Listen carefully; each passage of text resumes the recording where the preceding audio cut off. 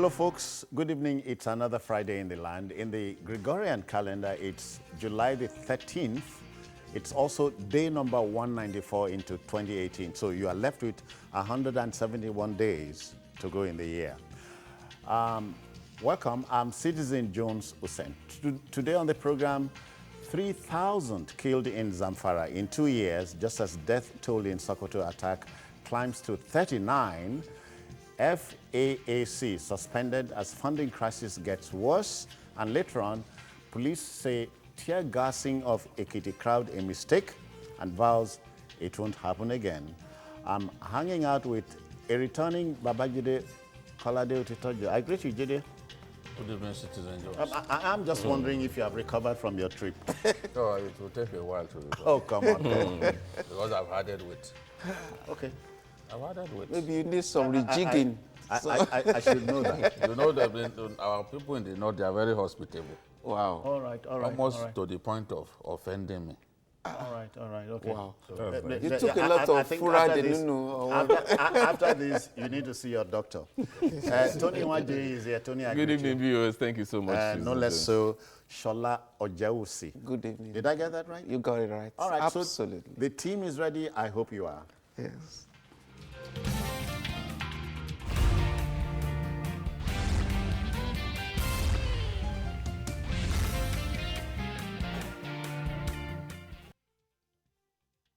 In an environment where there is a hot debate about what's worth living or dying for, it becomes even more unthinking to imagine that anything in this country is worth killing for.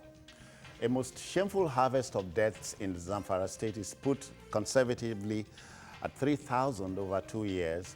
To make the infamy worse, a totally infuriated Governor Aminu Tambuwal of Sokoto State announced last Thursday, that's yesterday, that the death toll in a stupid attack on villages in Rabe local government area of the state has risen to 39. The governor confirmed this to august guests, including 5 other governors that visited him. Jide, well, you just back from those parts. Yes. I'm wondering what you can report to us. Well, there is so much to say, and I don't think that if we were to continue to talk about the way our people get killed in Katsina, in Zamfara, Yeah. in Sokoto now, in Brindisi, we'll probably need a whole week to talk about it. And the pattern of the killings are very, very similar. The killers are after your cattle. Okay, Your okay. livestock. Now we're talking about rustlers now. Yes, they are the ones carrying out this. The people killing people in Zamfara are cattle rustlers. They are not herdsmen fighting farmers. No, they just want to steal your cattle and your livestock generally. So that's what they are after. The village, there's a village called Gangari, Which close state to now? in Zamfara state, close to the boundary with Katsina state. The people that I met, the victims that I met at an IDP camp at the Katsina end of the border, told me that for 7 years, these people were battling to enter their village, and that they had, That's the rustlers. yes, they had vigilantes who at every point turned them back. But on the day they came with 120 motorcycles, and those motorcycles carried 3 persons each. Each of them carried 3 persons. Who are armed. All 3 armed with AK-47. Wow. So even if you had soldiers guiding the community, they won't be able to save the people. Because in most cases, how many soldiers do you want to put in a community? Maybe you have 2 truckloads of soldiers. Honestly, 2 truckloads of soldiers facing more than 340 fighters, carrying the same weapons that our soldiers are carrying. These soldiers I was given 2 truckloads of soldiers to take me to that dangerous area. And I was asking one of the soldiers, I said, look, these bandits came with AK-49. What are you carrying? He said this one is AK-47. So in some cases, they even have better weaponry than the army. Which is saying this thing is organized. Very well organized. It's a big, big business in that area. That is why for so long, and a lot of them also have friends within the police. Remember what the emir of Anka in Zamfara said? He said, when we report these people, nothing happens. He said it, and at a point, he was even asking for the AU to come and rescue his state, meaning that he had given up on the ability of the Nigerian state to stop I know you have killings. footage for us, but let me quickly go to Tony. Tony, now we're in a quandary. After hearing that, we're in a quandary, and so you are wondering, what are we talking about? We had always talked about porous border crossings, and these guys come with relative ease and go back. Nothing happens, Tony. That's my fear. That's this what DJ just said now is scary, because it's still fresh. In other words, we've not been able to we've not done anything yet. AK-47 to AK-49. Which one? You know the difference. The senior brother to junior brother now. And this is the Nigerian military we're talking about. I've not seen the AK-49. I'd love to see it. Maybe you may not see it. So that's my fear. Is that my fear is that we're not ready yet. These are people. They come to this community. They know themselves. I'm sure they know themselves. They are not spirits. Yeah. We've talked about this over and over again. We have our borders, even if they come from the border areas and still go back. What about our border security? Yeah. It's like we're just tired, Let them do it the way. I mean, if we are serious in this country, we tackle this thing. I believe we can tackle it. In terms of we have the resources to even equip the military more than what kind of arms can we not afford in this country? Oh, yeah. We can. Yeah. The issue is to have the political will to deal with this matter squarely, once and for all. And the earlier we start that, the better. I just hope we get selling early. The Sokoto governor had told you, Aminu Tambuwal, had told you categorically this is the first time Sokoto would be losing its innocence. So that's taking it further afield. And so the jeopardy is even more. There's something around Sokoto. Because of it being the seat of the caliphate, there is a lot of respect for the sanctity of that place. But when something like this happens, to the extent that people do no longer regard that sanctity, then there is a huge problem. Desecration is coming in. And it's like the governor has envisaged it, that killings are happening and all the buck stops on the president's table. We have to call a spade a spade. In the intro, we were calling these bandits. We said they were stupid. It's not just stupid. They are heinous. They are murderous. It's an economic crime that is having a very, very terrible effect on not only the image of the country, the lives of ordinary people. And I wonder why it's looking like there is a kind of levity being involved. So the government has to do something about it. Is it stupid or foolish to ask at this point, yes, why this time? Well, why now? You can't rule out a lot of things when it comes to the general Nigerian polity. You can never say never. But you have to understand, too, that you cannot somewhat divorce what is happening. It's always about cattle, whether we like it or not. Rustlers or herdsmen or whatever, it's economy. Yeah. Perhaps there's a lot of, in terms of the economic life of these people, that the only way they can survive is to go to that level. But the major thing is that whether it is economic, whether it's political, government has to take responsibility. And the time is now to do that. Yeah. Okay, the idea now is not to raise passion or emotion. Jide returned with some footage we want to share now. Which is the first one? I spoke with the governor of Katsina State because he came up with the idea of amnesty for this the Muslims, bandits. And he's saying that it could well work for Zamfara because it has worked for Kano and Katsina. So why not try it? No, That's a except suggestion. for me, except that no two crime situations are ever the same. same. But let's watch this, please.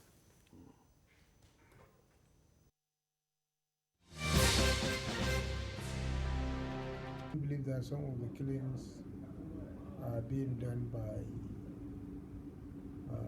foreigners, people crossing over probably in the night and killing people. And again, the forest area in Zafara is much, much bigger than the forest area in Kasina. So probably that may account for some of the issues. But put together, we believe that what we did can be replicated in other places, maybe with minor modifications and improvements. It is doable because it's unthinkable to think of people that have been living together for well over 500 years. In this part of Nigeria, there is no difference between Fulani and Hausa. I cannot imagine they will wake up one day and start killing themselves like this. So something must have gone wrong. Either the people who are doing the killing are not Nigerians, or if they are not neighbors to these communities. And since it has happened in Kaduna that at least the killing, we don't have killings now. What we have is occasional cattle rustling without killing. So we're talking about if they are the same people. So what happened in Kaduna can also happen in Zamfara. So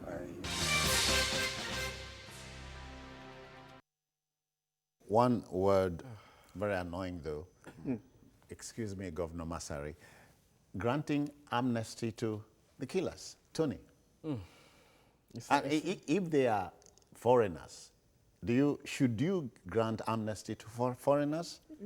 But Jide is telling me they are resident here and so on. I don't know how they're going to solve that mathematics. I mean, getting these people to give them amnesty if they are not Nigerians. But for the governor to speak in this manner, he knows something maybe we don't know, being the governor of the state. And it calls for a national debate. It's not just granting, because if you do it in Katsina, do it in Sokoto. Do it everywhere. It's going to go like, I mean, that's my fear. I mean, there are things that should be tackled squarely. I mean, we know these people, we bring them in. I know at a point that this thing is going beyond the ordinary, because it's like a regular thing. As we're sitting down here, it likely is happening somewhere. So how do we sort this problem? This amnesty, for instance, for me, it won't work. It may work now, but it won't work tomorrow, because you pardon them for committing crime. Nigerians are working that way. It may not be foolproof at the end of the day. For me, I know it will work. We have amnesty programs in Nigeria, and I'm seeing how it's working at the moment. It will work. We should just deal with these issues squarely. We know them. We bring them in. There are laws set out for these things. Because when we do this, we encourage criminality. Shola, so you are waiting for the next time?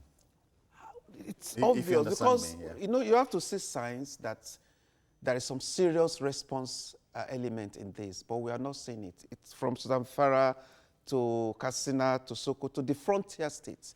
It keeps recurring.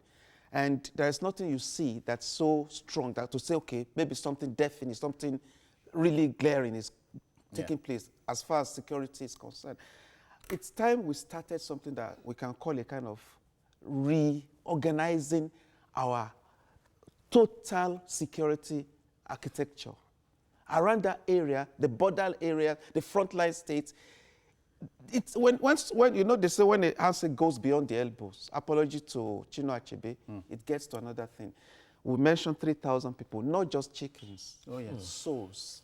And now Sokoto 39. And for all you and somebody is out there sitting somebody is out there at the presidency. I don't know, do they have sleepless night, or they just see it as if something is not happening? So we have to really come. There has to be a national response. Yeah. It's not just about Zamfara or whatever, because you don't know where it goes next. Yeah. We were talking of the Northeast. Now we are going to the northwest. Northwest, yeah. I think it's irritating for us to continue to say this. The cynic would ask, Jide, so where next? But Jide, now the story is yours. You've been there to the mountaintop, so you've seen it, first-hand information. He's himself a frontier man. And I hear that the seat of power watches this show. They are watching you. Yes, and that's why I like to tell them the truth. At the end of the day, I will have my date with my maker. If I choose to lie, so that the president will be happy with me, I have that date with God. If I tell him the truth, I still have that date. So it's better I do what is right. It's better I say the truth to power, so that they will know.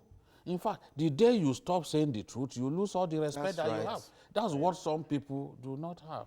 That's what some people do not know. You start pandering. Yes. The moment you start pandering to these people and not tell them the truth, you lose the regard that they have. Tell the truth to power. I have said on this program before that in Abuja, the Lawal Daura walked up to me and said, I like your program. That's the head of the SS. They're watching. And I know that I've criticized him on this program before. So if he can say, I like your program, I like the way you talk, it means that one is doing what is right. Yeah. And what is it that we are doing that is right? It is telling the truth. So we have to keep telling the truth. The continuous killing of our people can no longer be tolerated. 3,000 people killed in Zamfara State in 2 years. 1.2 billion paid as ransom to secure the release of residents abducted during the same period. 682 villages and towns sacked by bandits. 2,706 farms destroyed. 13,838 cattle stolen. 11,088 sheep and goats looted. Now, the people, in many of those communities, people have fled. 308 communities, people have fled and they refuse to return. Some of them are in Kebbi, some of them are in Katsina. They are living more or less like vagrants in their own country. It has to stop. In peacetime. You see, the thing is, really in peacetime, when people lose confidence in the ability of government to secure them, they will look for other means. Those who have adopted the option of amnesty, I will not sit here and blame them, because it's bearing results for them. Yeah. In 3 years, look, in 1 day in Dusima, in Katsina, that Faskari area, they killed 154 people. It was a daily affair in Katsina before now. I remember sending Somna Sambo to go and do a documentary that won the Wole Soyinka Award. Because I was responding to an attack on a market in which they killed 100 in 1 day. 1 day. And that boy went there to Katsina, not Zamfara. At that time, Katsina was the heartbeat of it. But the government came up with the amnesty program, and it has succeeded. They no longer kill people the way you hear them being killed in Zamfara. Kano State also adopted amnesty, because these rustlers were always hiding inside the Falgore forest. After killing headsmen, they take away their cattle. Kano too, you no longer hear about such killings. So it means that it is possible for it to work. When I was talking to the Secretary of the Government of Katsina State, he told me, said, Jide, these guys gave us conditions. We went into the bush. When we went into the bush to meet them, they thought we were fools, that we will be killed. But we went, we had them, and they asked for roads in some places. They asked for schools. They asked for water. Because he said some of them had never even seen a tarred road in their lives. Jide, have you heard the word before, like permissiveness? Are we that permissive a society? If we cannot find a solution to these killings, honestly, if you can, are you saying the killings don't have a solution? Why can't you see? There are some Katsina. The Zamfara, for example, I sympathize with them. The level of the extension of the forest in Zamfara, you can't even compare to Katsina. So there are places for these people to hide. When I was speaking with the governor, and they told me, said, Jide, these forests stretches, imagine a forest stretching from Briningwari to Central African Republic. Wow. It goes beyond Nigeria. Wow. And the governor of Katsina had to go to he didn't just stop at amnesty.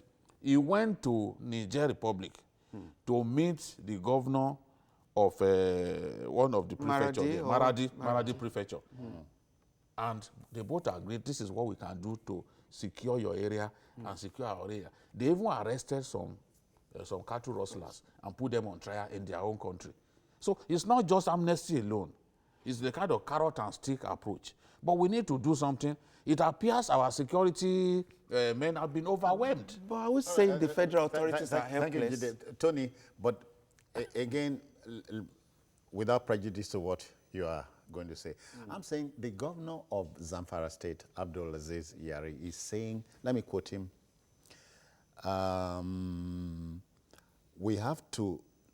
we need to look inward because the crime is a chain that must be stamped out. So I'm looking at 36 governors and the FCT man, and you collect security votes.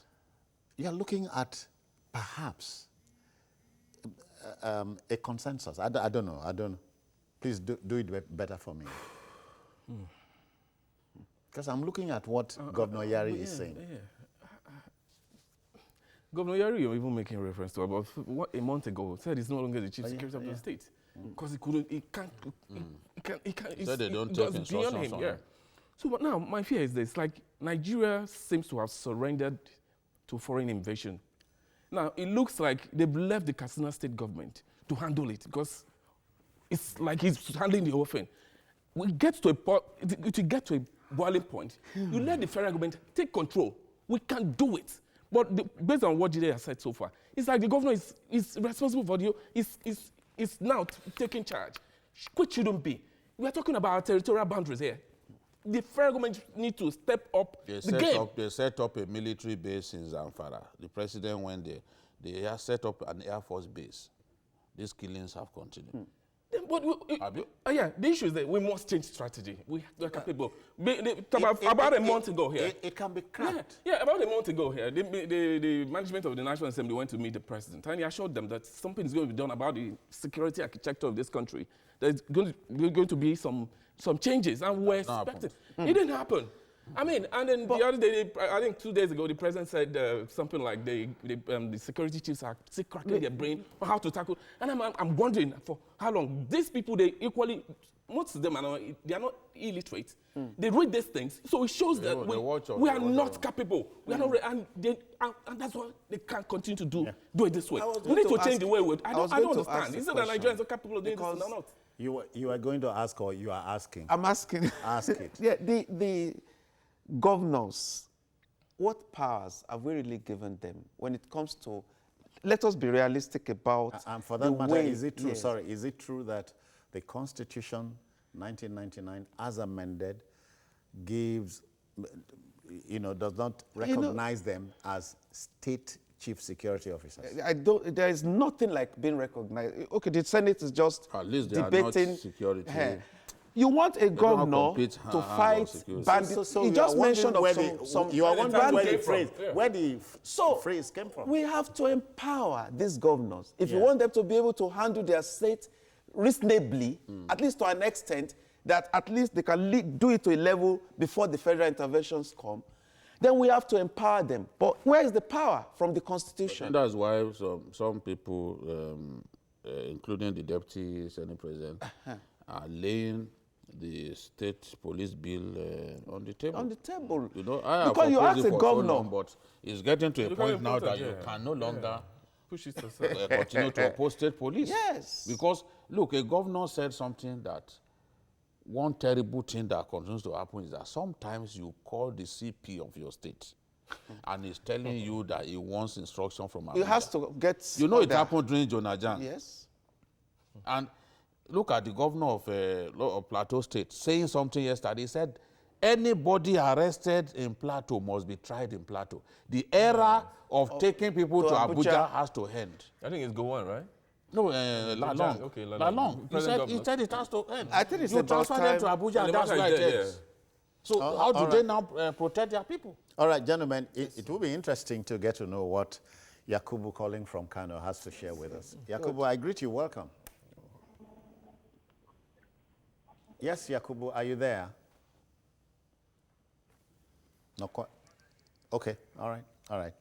Would have been interesting to get to. Okay, Yakubu, welcome. Yeah. The issue of this bandits that we are talking about, I want to contribute to the issue of this Zamfara, Sokoto, and Katsina problem. The problem is from the, I think, hello? You are on, go on. Hello? You are on, go on. Okay. I said I want to discuss the issue of between Zamfara, Sokoto, Go on, Katsina. yeah. The problem in the north about the boundary in the north is the problem, and it contributed to the issue of, let's say, religious issues. People that are coming from that Niger, other African countries that are Muslim, immediately you come to Zamfara or come to Katsina or come to Sokoto. As far as you are a Muslim, nobody cares to know where you come from. It's very difficult to get all those places covered compared to the other places. The only thing that they can do maybe is to get a serious identification of the people coming from through that area. Okay. Let's begin to take it home now. How do you bury this? Well, like I said earlier, let us empower the governors. Let there be a very immediate amendment of the Constitution to allow for state police so that at least there can be a kind of immediate response infrastructure from the governors without having to go cap in hands like they normally do to the federal government or have to kowtow to the federal government to be able to secure their states.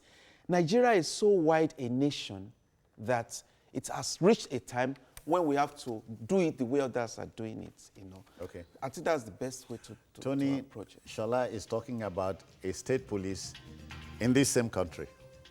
Yes, we need it. We need it. I've heard people say the governors will abuse it. Right now, it's not being abused by the federal. It will be a learning process. At a point, we get used to it. State policing, given what we have on the table. Yes. Jide, you concur?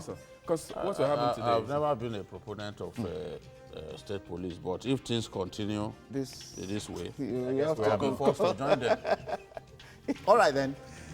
The debate must continue, but I have something to share with the central government and the state governments, and this is credited to the wife of the former president of America, and I'm talking about Michelle Obama. She said, quote, "You can't make decisions based on fear of what might happen after." Okay, still to come, FAAC suspended as funding crisis gets worse. Please stay with us.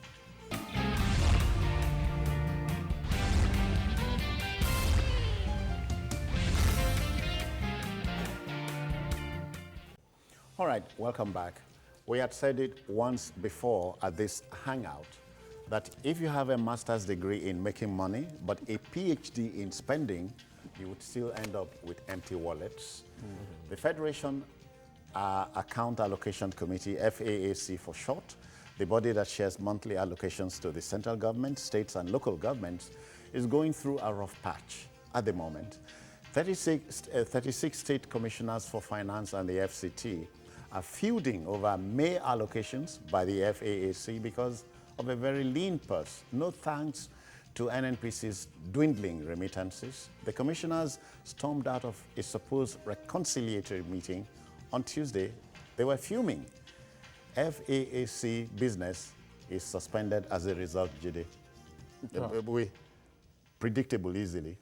Yes. I think the sort of resolution they want is a permanent one. Remember, the Minister of Finance was saying that, look, it has reached the point that the president has to intervene. The president is the oil minister, and you have NNPC officials doing just what they like. These were the same people who lied to us in December that Nigerians were hoarding, that was why you have fuel scarcity.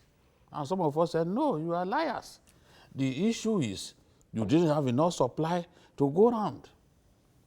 This time around, governors and finance commissioners across the states in our country are saying, how come that there are dwindling, we have dwindling remittances from the NNPC at a time when oil prices have gone up? They can't understand why that is happening. In fact, we'll underline dwindling remittances, not dwindling revenue. revenue. Not dwindling Two different revenue. things. So if we had dwindling revenue, the natural result would be dwindling remittances. That's it. But we have revenue spiking, and then the remittances are going down. How do you explain that? So that's why they are saying, look, we shouldn't be coming here every month to argue about these things. Let's find a permanent solution. Let's come up with the right processes that will ensure that, look, whatever NNPC needs to remit, whatever customs needs to remit, other agencies, they will remit in a transparent manner. And then there will be no quarrel. So we can't have a situation in which the NNPC will just be doing what it likes. Today now, this same oil behemoth, what does it do? It sells crude oil and pays itself, what's it called? You know now, we've been saying that we do not have, that there is no, the subsidy regime has ended. Okay, yeah. Okay, but NNPC is paying subsidy to itself. Quietly, What it does is that, okay, because Kachiku now, you know, is a master at speaking English. So he describes this as losses, operational losses. That's what he's calling it. He does not want to call it subsidy. But the truth is, the subsidy regime is alive. And that's Sonny's brother. Yes. So what they now do is they call it operating loss. And then they pay themselves from what they earn from selling crude oil. It should never happen in any country that an agency of government that for years has not covered itself in glory. When it comes to corruption, NNPC is the first name that comes to your mind. That kind of organization, that agency, should not have the power to pay to itself subsidy. Subsidy over the years had been shrouded in secrecy and so much corruption. So it shouldn't have the power to pay to itself subsidy. It should be the responsibility of the National Assembly to determine, okay, subsidy for this year, this is what we are appropriating for subsidy payment. But you find NNPC is handling it alone. So people are asking, if the finance minister can complain openly that these NNPC's remittances are questionable, that something has to be done about it, and this is a person who belongs to this government, then we should know that there is a problem. Tony, and then we're saying in the same vein that the NNPC boss reports statutorily to the Minister of Finance. So it's the Oga is speaking here. Point of knowledge. So what at a time like this you are asking what to do again, what to do next? It shows a state of confusion. If the Minister of Finance, like really right now, we've been talking about this all the time, especially NNPC. I've said it here before. It was it dominated the president's speech the day he won the primaries here in Lagos for the presidential election. That once he wins that election, NNPC first. You will fix NNPC. I mean, till today, this is the third year, we're approaching the last leg of the administration, and then we're still talking about NNPC. The one that hurts most is the way they carry on, like they owe nobody any apology. They owe nobody any apology. They are not responsible to anybody. If the Minister of Finance can speak and the management of NNPC still sits, and then they are just to cripple Nigerian economy, they don't give a hoot about it. And sometimes you look stupid not to have gone to the NNPC to work. Yeah, but crazy. Crazy. But you know what? I'll say the NNPC has no hiding place now. They just have to wake up. You know, states don't have money to pay salaries. There'll be so much pressure on them that they have no choice but to act. And two, well, are we asking the question, is the cash cow impoverished to the level of not being able to live up to its statutory roles. We're talking of flouting laws, trying to pay subsidy through the back door, or doing a lot of not stupid trying, things, paying through the back door. And, you know, I mean, Mr. Femi Falana just yesterday said something about these people being so lawless, as if it has become a government on its own. I think it's about, if the president was serious about his campaign promises, then he should really put up, like they say. No, especially now that the minister, especially now that the minister has said the president should come in. Let's assume the president was not serious about the campaign promise. But let's look at the president as the substantive minister of petroleum. I think it's... Who the heat is on him. It's a sad commentary on his position, and he has to wake up to that. The heat is on the president. The president must know that there is a tomorrow. You know, whatever happens today, everything will be on his record. And this is a very, very important part of our economy, the NNPC. It's like the, whatever I can call it, the pivot of our economy. And we cannot handle it with levity. We cannot allow people out there who feed their tin gods. I mean, they have to wake up to the fact that the entirety of the nation's economy depends for the time being on them. Though I'll still come back to some other, but I can leave it at that. I'm saying, as we speak, I may be wrong, May allocations are yet to be made. Yes. And this is tendentious.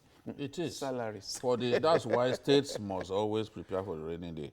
States like Katsina, they have a history of even paying before the 22nd, latest 22nd of every month. And they had paid even before this crisis began. Which is commendable. Yes. Some states have paid. Wike was thumping his chest the other day that, look, we paid before this FAAC Wahala and all that. The people who can't pay are those ones who rely solely on this FAAC thing. They are not creative. This is what they've been doing. Like to them, it's like breathing in and breathing out. Just the same thing all the time. They've not found a way to get around FAAC. So now they are the ones who can't pay. Because these guys want to solve this problem. You solve the problem, you don't need to report to the president that this is what is happening. Once you solve the problem, it becomes something that every one of us knows that we have to do. So the processes have to change. We can't be arguing amongst ourselves, oh, it has to be 50 million, oh, it should be 10 billion. No, that's what they are saying. Let's come up with the right processes that will ensure that what ought to be remitted is remitted and there will be no arguments. As and when due. Now, then it will also address, for those of us who do not understand why, it will also address why remittances are tapering down in a season of greater revenue. So that has to be explained. Tony, and there's no way we can run away from it. Sometimes you sound like a broken record when you say this is the time the federal government has to shed a lot of weight. We talk about devolving powers to the state. Let states, because, okay, I hear we are coasting home.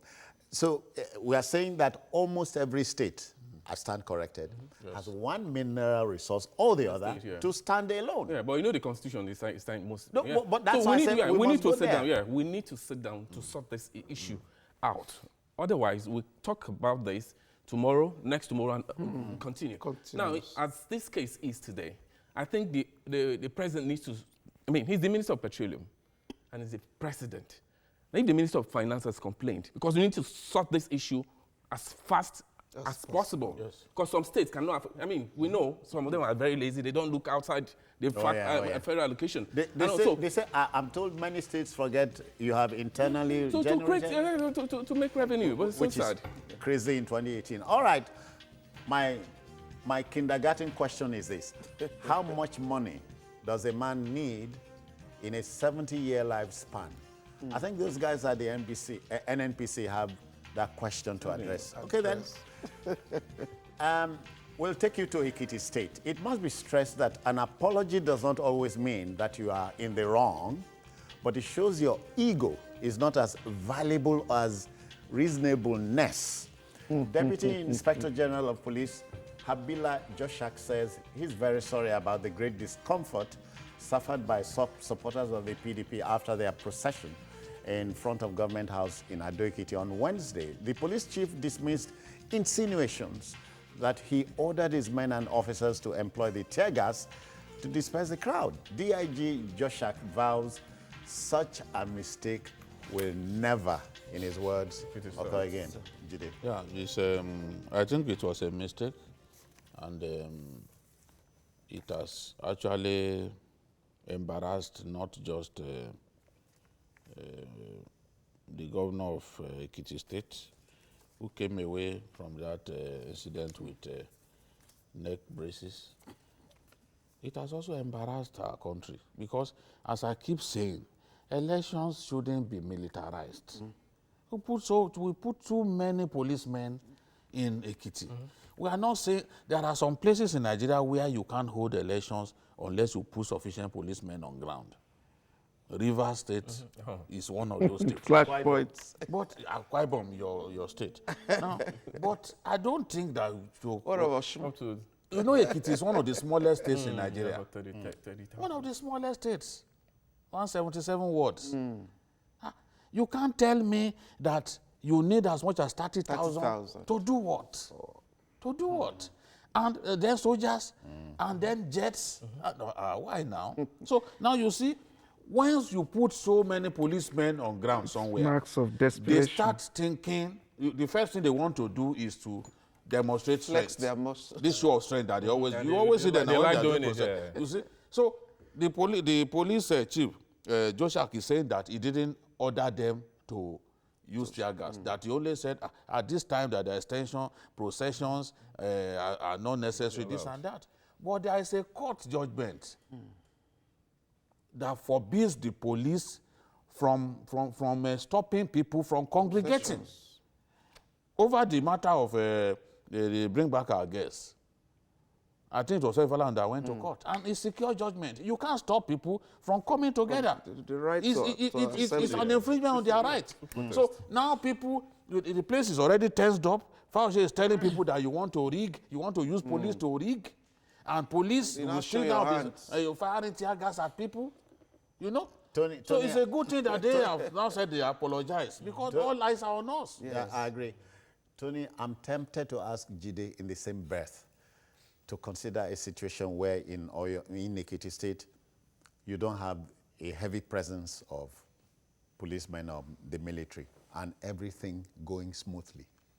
Yes, that is how democracy should be. It should be kind of. Did you get me right? Yes, that is the. For some people, it will look like utopia, but that is where we should be headed. A situation in which, in an election year, we'll be excited. This is, power has returned to us again. All these people who refuse to work for us, we chase them away. We should be excited. Like that, it should be a carnival-like thing. We see elections in other places. Elections shouldn't be an opportunity to send policemen that should be protecting people in Zamfara and other places. I went to those where I didn't see a single policeman on the road. So those who should be protecting people in Dansabao and other places where they are killing people, we now send 30,000 of them to Ekiti. To do what? Tony, so again, you ask yourself, can politicians in Nigeria really go back to their vocations? If they are out of politics, will they then go chop? It will be hard because the Nigerians it's a permanent vocation. The permanent vocation. Permanent, I say. They don't even think about it. Majority of them. You remember when President Buhari first came as a military head of state, there was this campaign about why. They told the policeman, why you they chop bribe? The man just looked this way and that and said, Oga, if I no chop, I go chop. You threw the question back. So politics and politicking in Nigeria has been taken to that level, and I don't see us coming down from that. Yeah, it will take time. It's a system. I said it the other day, we operate a thuggish politics. And for you to be a politician, a policeman cannot be a politician in Nigeria. He just go into the field. No, he can be, but he may not succeed. It will succeed. You go. No, he can be. He can be, but he will succeed because they will flog you out. Tony, straight man like you, then go bend you. No, that's like it's going to be tough. So it must be a talk to be. Let me just put that word. The issue is this. To be a politician in Nigeria. You must be a thug, or you, Yeah, you must have thugs. You must harbor thugs. Yeah, that's why I said, let me correct it. Scary. You must harbor thugs to be. That's why I call it thuggish politics, because you must have people. You wake up every morning, see them in front of your house. They wait for you, and you must settle them. They are there to more like until settle them until until you drop dead. Or until you said, I'm not going into politics again. They will keep coming once once you're a politician. It's been like that. Remember the likes of Adidi Bume, so rest in peace. You know, people got it. So it's like that, and in some parts of Nigeria too. So my fear is this. On election day, we need to correct that. On election day, we close shops. We declare no movement till 4 o'clock. People sit in their home. You look through the window. If you don't want to vote, you'll be opening your curtain to see what's going on. Because anything could trigger. Yeah, anything could happen. You see movement. Maybe a car drive. You know, you want to know what's going on. It should that apathy is there already. What is going on in Ekiti? There's apathy. A show of force, the police, and all that. People are scared. Like what happened 2 days ago? It's like, okay, it may occur tomorrow. So I want to get to a situation in Nigeria where we can, like on a work day, leave your workplace during lunch and say, let me go and vote.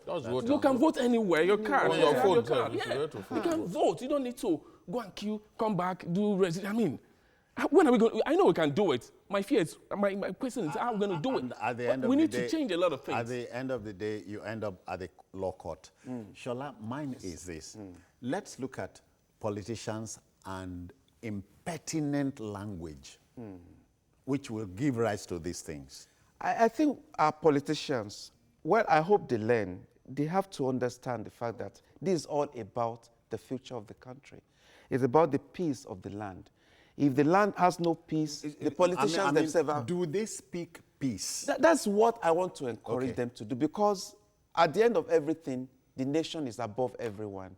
The process has to be done in a way that you give the electorate a chance to choose their leaders. You know, temper the language to a level that you're not going to... There are people who did it before and they lost their lives. Politicians, we knew what happened in those states in those days. Don't lead it to a situation where the people will be forced to have to rise to a level of get rioting and all those things. So, and also, I have to go back to the police. They have apologized. I mean, it shows some level of maturity. They have to maintain that maturity when the election takes place tomorrow. They should not overheat the process. They should help the people to be able to exercise their rights. I think that will help. It's going to douse a lot of tension. I think it's the best thing. The politicians from both sides of the divide should know that the die is cast. But it's not about them anymore. It's about those people they want to lead. It's not a life and death affair. It's not. They should not take it. I mean, today, you know, sometimes you wonder. I'll go back to Trump today. Initially, it was looking like he was going to beat up the lady in England. But they had a press conference and then... And you're wondering, is this the same Trump? Yes, Trump. Let us learn from those people we look up to. Let us learn and make the process easy on ourselves. Gigi, and by and large, we must ensure that the courts are kept out of the system. Let the ballot box be sacrosanct. Yes. It should start and end there. Yes. I think that INEC has a role to play in that. If INEC conducts an election, the fidelity of which is not in doubt, honestly, the rate at which people will be heading for the courts will go down drastically. Already, by the 2015 election, we have recorded a decline, a significant decline in the number of litigation arising from the conduct of the election. Because, look, as long as the INEC continues to fine-tune the process, makes the process transparent, and people can see clearly that, oh, it's the person who deserves to win that won at the end. There will be no need to go and waste your money on lawyers. So that is the thing. So that is what INEC should continue to do, that and present itself as an arbiter that is unbiased. Once people can trust in INEC, there will still be some people Who will go to court? I was going to tell Remember, you that. PDP went to court over Ambode's election here. Okay, yeah. When it was clear even to the blind that it was Ambode that won. There'll still be some people who have some money to waste on lawyers. Yeah.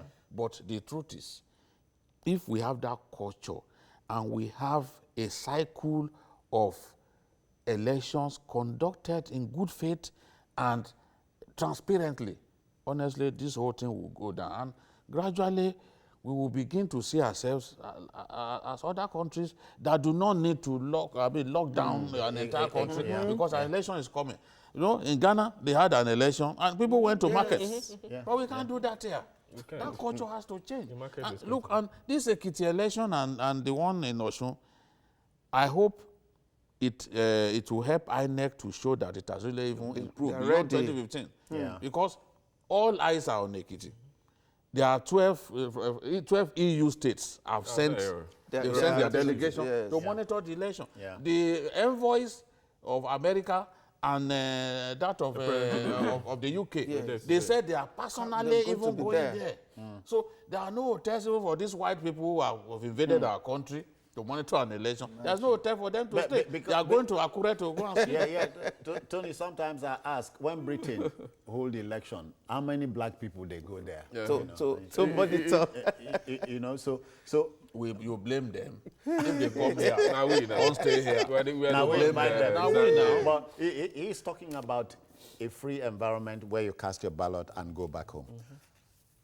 Billie Holiday, the American blues singer, said, let me quote her, "The trouble with giving a man a free hand is he runs it all over your body. So let me take it home. You say you don't send too many policemen or security men to Ekiti for tomorrow's election. Can you really trust that the thing will work out well in taking the thing home?" Yes. Not sending them there, I have an issue. The number, because we're talking about the police, we're talking about military, that's Air Force, I'm sure Air Force is there, Civil Army is defense. there, if possible Navy, then civil defense. Then when you merge the number, we're talking about maybe about 100. So for just Ekiti State, So many. we should learn, states in it's one of the smallest states. So the way the police, and I was watching the police PRO this morning, and the way he was talking about it, if I were in Ekiti, I'd be scared. Like, we have 30,000, and I mean, Create just, tension. I don't know. It's In not 2014, it was 18,000 that they sent. Exactly. So He they said doubled it, that yeah. number now. So I'm wondering, it's not war. Yeah. It's not war. We should just learn to take it one step at a time. Just like Jide said, the INEC needs to set an example with Ekiti election. It's not war, but don't forget what Mao Zedong said. Shola, he said, politics is war without bloodshed, while war is politics with bloodshed. So bury this for us. Well, but war can be fought. Even in the home, you can have some mild wars because it's a contest.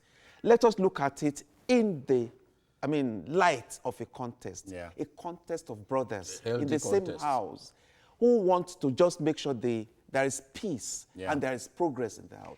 People should go there tomorrow and have that at the back of their minds that this is about our people. This is about the future of Ekiti State. In the next 5-10 years, Fayose will come back. Is he coming back to be stoned or to be seen as a hero? Another 10 years, Fayemi will be back in Ekiti. Yes. Will he be seen as a hero or somebody who caused confusion? All, so people have to there's learn life. to do the Life best. after There's politics. life. There's life after office. Yes. And as you And say, life after election. yeah. And I can't forget my friend Napoleon Bonaparte. He Yeah. said, in politics, stupidity is not a handicap. That's right. It's a virtue. Oh, yeah. Shola Ojebuse, thank you for your time. It's a pleasure. Tony Waje, enjoy your weekend if you can. If you cannot, forget We'll it. definitely enjoy it. Monitor Ekiti. We'll be on our TV tomorrow watching Ekiti election. And Jide has a big load, shedding weight and recovering from his holiday. Go to the gym tomorrow. I stopped eating rice, so maybe that will help me. So that's our show for today and the week, and we want to thank you very kindly for being a part of it. But watch a repeat broadcast of this particular episode at 11 this evening, and watch Journalist Hangout on other platforms showing on your screen, and on YouTube at youtube.com/TVC News Nigeria. The feedback channel is the same. I am Citizen Jones Hussein. Bye-bye for now. God bless you.